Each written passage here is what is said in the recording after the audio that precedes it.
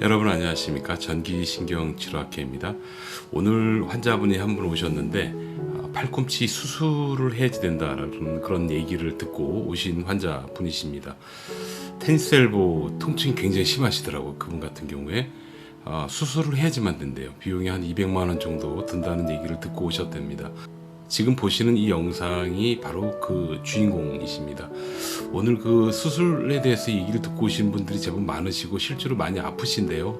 통증 조절을 하는 거는 그렇게 어렵지 않습니다. 사실은 테니스 엘보는 아픈 거 조절하는 것보다 그 다음이 더 중요하죠. 그 부분은 오늘 잠시 좀 말씀을 드리고 싶어요. 현재 많이 아프시거나 아니면 오랫동안 고생하고 계신 분이 계시다면은 오늘 영상 좀 집중해 주시기 바랍니다. 짧고 간단하게 제가 한번 해볼게요. 먼저 이 환자분 처음 상태 좀 보도록 하겠습니다. 자, 설명 필요 없죠? 주먹 꽉 잡아요. 아프죠? 손목 올려봐요. 손목만 올려봐요. 힘이 쥐어지고 올라가긴 하는데 제가 내리면 버티지를 못해. 버티세요. 하나, 둘. 네. 아프다는 거를 내색을 하고 싶지 않아서 이를 악물고 참고 있는 걸 저는 지금 보고 있습니다. 갑자기 구부리기. 네. 다시 한번. 네. 굉장히 아파요. 그리고 직접 해보시면 알아요. 여기 손가락 있죠? 이거를 반대쪽으로 하는 거까 반대쪽으로 어깨. 이거 한번 다 봐요. 다죠? 이 한번 다 봐요. 화이팅! 다야 안 나요. 팔이 가 구부러지지는 않고 이 손이 여기 어깨에 본래 닿아야 되거든요. 안 닿고 한 이렇게 떨어지더라고요. 이분 다른 병원에서 수술 얘기를 했대요. 맞아요? 한 200만 원 정도 든대요. 주사도 맞고. 예. 그만 보죠. 이분은 스테로이드 주사도 수에 맞으셨고 여러 가지 처치를 잘 하셨습니다. 그리고 치료 주사 맞고 또 많이 좋아지셔가지고 일 열심히 하셨어요. 생활 열심히 하시고 그랬는데요. 자, 이분이 수술을 꼭 해야지만 되는가에 대해서 제가 조심스럽게 한번 접근을 해보겠습니다. 제가 준비를 좀 해놓은 자료가 있는데요. 그 자료를 간단히 좀 보도록 할게요. 지루할 거예요. 짧게는 하겠습니다. 테니스 엘보. 테마는 수술을 해야 될까? 왜 오랫동안 아플까? 어떻게 해야 될까? 수술은 다른 대안이 없을 때 하는 겁니다. 그러니까 어떤 방법, 소위 얘기해서 밑에 있죠. 통증이 지속되고 움직이기 힘들고 관절도 좀 굳어지고 아프고 생활하기 힘들어서 일도 못하겠고 그 상태가 또 오랫동안 유지가 되는데 다른 대안이 없어요. 약 먹고 주사 맞고 여러 가지 치료를 했는데도 불구하고 효과가 없는 거야. 계속 아픈 거죠. 그렇게 되면은 수술해야죠. 어쩌겠어요. 그러자고 정형외과 선생님들이 계신 건데요. 그리고 이게 또 계속 반복이 될 때가 있습니다. 그러니까 나을 만하면 돌아 아프고 그런 거죠. 여러 가지 요인들이 있는데요. 수술 외 대안은 뭐가 있을까 한번 생각을 해보죠. 통증만 줄어든다면 뭐라도 하십시오. 일단 아픈 거를 줄이는 게 제일 중요합니다. 그 다음 일상생활에 여러분 어떤 치료를 했는데 가능하시잖아요. 괜찮은 거예요. 좋은 치료라고 생각합니다. 현실적인 걸 말씀드리는 겁니다. 요런 두 가지 방법만 있다면 하십시오. 뭐든지 하십시오. 가장 확률이 높은 거는 병원입니다. 병원이 가장 확률이 높고 공부도 많이 했고 또 논리적으로 공부를 하고 환자를 봤기 때문에 가장 치료율이 높습니다. 그 점 참고하시고 이렇게 된다면 수술의 대안이 될 수 있어요. 근데 만약에 현재 치료를 하는데 통증이 계속 있고 일상생활에 아직도 여전히 힘들고 그러면은 결국은 뭐 수술에 대한 대안이 될 수가 없기 때문에 수술까지 가는 거 어쩔 수 없다고 저는 생각합니다.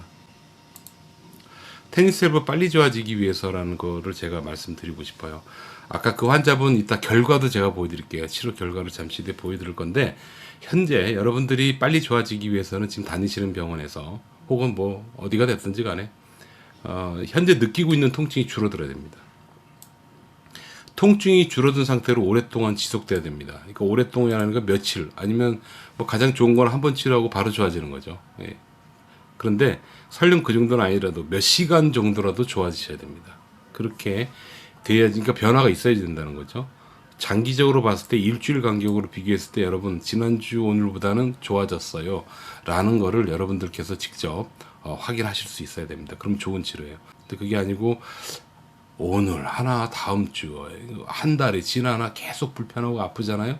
그럼 그건 좋은 치료라고 볼 수 없어요. 현대의학이 그 정도로 많이 발전했습니다. 이렇게 몇 개월씩 질질 끄는 그런 치료는 없습니다. 그 다음 왜 자꾸 재발할까? 여러분 심심하면 재발하잖아요. 그러니까 오시는 환자분들이 가장 많이 얘기하는 것 중 하나가 뭐냐면 몇 개월 됐는데 치료 주사 같은 걸 좀 맞았는데 많이 좋아졌대요. 많이 좋아졌는데 도로 아프대요. 금방. 그런 얘기를 하시더라고요. 그러면서 뭐 나는 주사를 맞아도 효과도 없고 뭘 해도 효과도 없고 뭐 충격파도 효과도 없고 막 그렇게 이제 컴플레인을 하세요. 사실은 그건 아니에요. 왜 그러냐면요. 덜 나았는데 아직 낫질 않았는데 사용해서 그래요. 그러니까 이거는 이제 통증 질환에 대한 이해가 조금 필요하기 때문에 이건 잠시 뒤에 한꺼번에 묶어서 말씀드릴게요. 주사 맞고 안 아프면 예를 들어서 얘기하는 겁니다. 주사 맞고 안 아프면 다 좋아진 걸로 여러분들이 착각하시는 거예요. 이거 무슨 얘기냐면요. 여러분 몸에 특히 테니스 엘보 같은 경우에는 통증이 먼저 줍니다. 통증은 굉장히 쉽게 치료할 수 있어요. 통증이 먼저 줄고 그 다음에 조직은 천천히 안정이 돼요. 안정이 되는 그 기간 동안에 여러분들이 다시 무리하잖아요. 그러면 돌 아프죠. 당연하죠. 당연할 수밖에 없죠. 근데 여러분들은 충분히 착각할 수 있어요. 그 정도로 안 아픕니다. 왜? 통증에 대한 거는 절반만 떨어져도 굉장히 많이 좋은 걸로 여러분들이 느낄 수가 있어요. 옛날에는 노동을 많이 했지만 요즘도 물론 열심히 팔을 많이 쓰시긴 하지만 요즘은 레저 때문에 아프신 분들이 많은데 아픈 게 좀 줄어들면 바로 레저를 또 즐기시더라고요. 그런 겁니다. 덜 나서 사용하는 건. 덜 나았는데 여러분들이 너무 급하게 서둘러서 사용하셔서 아픈 경우가 많아요. 그 다음 아직도 이제 팔을 많이 쓰는 일을 하시는 분들 계시죠. 그분들은 덜 낫고 안 낫고 조금 불편한데도 불구하고 참고 꾸준히 하시는 거예요. 그러니까 통증이 조금만 줄면은 계속 일을 하시는 겁니다. 이게 반복되면은 퇴행성 질환이 되게 되죠. 통증에 또 예민하신 분들이 있어요. 그러니까 저 같은 경우는 좀 굉장히 통증이 둔해요. 그래서 유명한 일화들이 좀 많습니다. 저는. 예, 아무튼 근데 대단히 예민하신 분이 있어요. 이거는 꾀병이 아니에요. 본인은 직접 그렇게 느끼시는 거죠. 만약 아프게 되면요, 일반적으로 요만큼 아픈 거를 이만큼 아프다고 느끼실 수 있습니다. 그럴 때는 조금 생활하다가 치료하고 괜찮아졌는데 조금만 아파지면 아주 그냥 굉장히 많이 아픈 걸로 생각하시고 오시는 분들이 아주 간혹 계십니다. 여러분, 이게 오늘 핵심이에요. 몸은 거짓말 안 합니다. 몸은 절대로 거짓말 안 합니다. 여러분들이 조직 자체가 회복이 다 되지 않는 상태에서 많이 쓰시면 100% 아픕니다. 어떻게 하면 재발되지 않을까요? 간단합니다. 힘줄 자체가 안정화되고 회복되기 위해서는요, 적어도 1년 이상이라고 모든 논문이 공통적으로 얘기를 합니다, 여러분. 거기에 어떻게 치료 접근을 하느냐에 대해서 다양성에 대한 보고가 있는데, 조직 자체가 회복되는 데는 1년 이상이 걸린다는 거는 다 알고 있는 내용이에요. 1년 정도는 무조건 여러분 기다리셔야 됩니다. 안 아파도 좀 덜 쓰셔야 됩니다. 그리고 전문의의 꾸준한 관찰을 해 주셔야 됩니다. 전문의가 괜히 전문의가 아니세요, 여러분. 진짜예요. 그래서 병원을 믿으셔야지 돼요, 기본적으로. 그 다음, 이거 아주 중요한데요. 과보호 금지, 과사용 금지. 이게 무슨 얘기냐면, 팔꿈치가 아프면 쓰지 말라고 이렇게 얘기 들으시는 경우가 있더라고요. 그래서 아예 그냥 팔목 아대를 차고 생활을 하시더라고요. 예, 100%입니다. 그분들은요, 이거 빼면요, 아파요. 과보호를 하잖아요? 과보호를 하게 되면 조직 회복이 좀 더뎌져요, 여러분. 알고 계셔야 돼요. 과보호 안 되고, 과사용 당연히 안 되지. 과사용을 많이 하게 되면 그 주변에 조직이 손상이 오죠. 그걸 퇴행성 손상이라 그러는데, 이 손상이 와버리면 치료가 더 잘 안 되죠. 결국은 과보호도 안 되고, 과사용도 안 되고, 그냥 일반적으로 생활하시는 거예요. 안 사용을 하지 않는 것도 아니고, 많이 쓰셔도 안 되고요. 아프지 않는 선에서 덜 쓰시는 거예요. 그러면은 병원의 역할은 분명히 나와요. 뭐냐면요, 여러분들이 팔을 잘 쓸 수 있도록 아픈 걸 조절해주고 유지시켜주고 조직이 천천히 안정될 때까지 계속 관찰하고 케어를 해주는 거죠. 그게 바로 병원의 역할이에요. 전체적으로 제가 저희 병원에 오시는 테니스 엘보 환자분들을 보시면서 좀 안타깝고 답답했던 게 뭐냐면 대부분 전부 다 통증 조절 때문에 오시더라고요. 통증 조절은 진짜 어렵지 않다니까요. 정말 어렵지 않습니다. 현대의학은 그 정도로 발전했어요. 통증 조절은 어렵지 않은데 그 유지하는 여러분들이 사실 어렵더라고요. 이거 솔직한 제 경험이에요. 그리고 또 하나, 여러분 팔꿈치를 치료하는 데 있어서는요, 절대 공짜가 없습니다. 무슨 얘기냐면요, 여러분들 셀프로 무슨 이렇게 스트레칭 하는 것부터 해서 다 해보죠. 효과 별로 없을 겁니다. 해보신 분은 아실 거예요. 물론 효과 보신 분이 요만큼 있을 수는 있겠다. 그런데 공통적으로 가야죠. 재현성을 가지고 얘기해야 돼. 100명이 그 운동을 했을 때, 100명이 그 무언가를 했을 때 몇 명이 좋아지느냐를 가지고 계산을 해야 됩니다. 그 기준에서 보면요. 여러분 혼자 해가지고 해결할 수 있는 방법이었어요. 한 가지 있긴 있어요. 그냥 앓으시는 거예요. 1년 정도. 1년 정도 앓다 보면 적응해요, 얘가.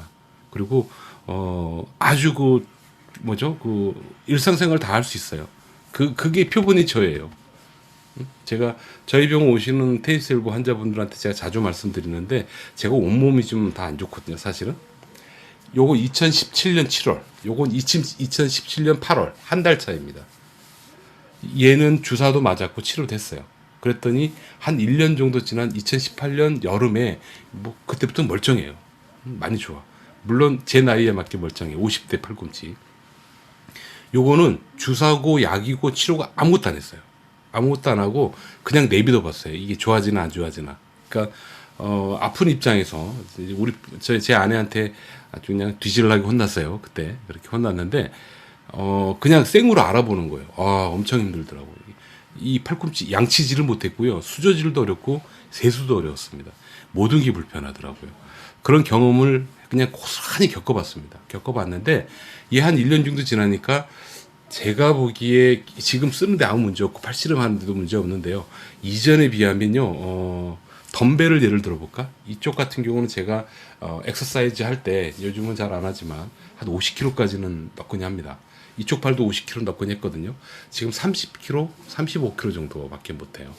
그 정도. 근데 일상생활 하는데 아무 문제 없습니다. 뭐 우리 제 아내가 쇼핑 갔을 때 가방 들고 다니는 거 전혀 문제 없습니다. 무거운 거 들고 다니는 거 전혀 문제 없습니다. 근데 예전만 못해요. 그건 제가 경험을 합니다.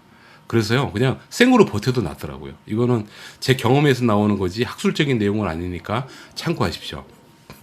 자, 이 정도로 할게요. 테니스 엘보 여러분, 아무튼 핵심은 뭐냐면 아픈 거를 조절하는 거는 현대의학에서 굉장히 쉽다라는 거를 꼭 아셨으면 좋겠어요. 그 다음 여러분들은 어디 집중하냐면 아픈 거 치료가 되고 난 다음에 어떻게 잘 관리하고 유지할 것인가에 집중하시는 게 더 좋습니다.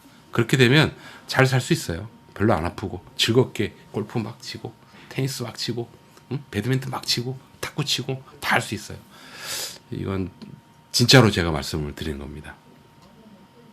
너무 요즘 정보가 말이 앞서는 것 같아요. 문제를 제기하면 여러분 그 해결책도 제시해야 될 거 아니에요.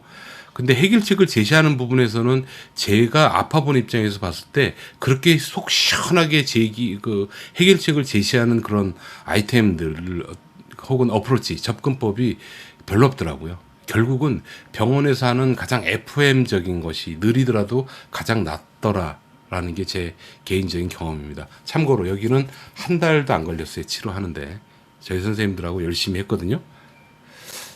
자, 지금부터는 아까 이 환자분 치료된 결과를 여러분들께 한번 보여드리겠습니다. 소리 줄여놓고 중간 과정, 이거는 이미 페이스북에서 제가 라이브로 방송을 했어요. 그리고 아마 제가 이걸 유튜브에 올리면요, 이 환자 본인도 자기 몸인 걸 아실 겁니다. 소리가 좀 작은데 한번 마지막만 한번 들어볼까요? 아까 왔을 때하고 비교.